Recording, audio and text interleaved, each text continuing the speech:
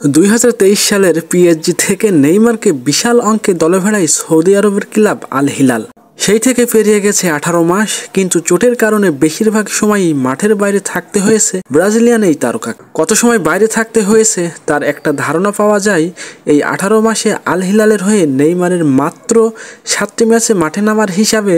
কিছুদিন আগে শেষ হওয়া 2024 সালে তো বলতে গেলে খেলেননি নেইমার। পুরো পঞ্চিকা বর্ষে আল হিলালের জার্সিতে মাত্র 2 ম্যাচের জন্য মাঠে নেমেছিলেন নেইমার। ছিলেন মোটে 42 মিনিট।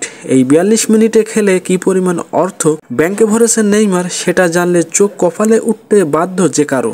নেইমার চোটে পড়ে মাঠের বাইরে থাকলেও তাকে বেতন দেওয়া তো আর বন্ধ করতে পারেননি আল হিলাল। তাহলে যে চুক্তির খেলাপ হয়ে যেত।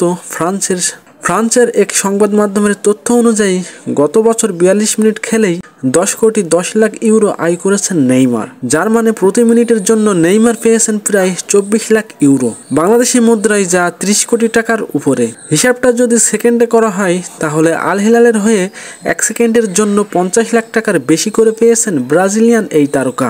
ভিডিওটি যদি ভালো লেগে থাকে তাহলে লাইক কমেন্ট করে জানাবেন আর চ্যানেলটি সাবস্ক্রাইব করতে ভুলবেন না।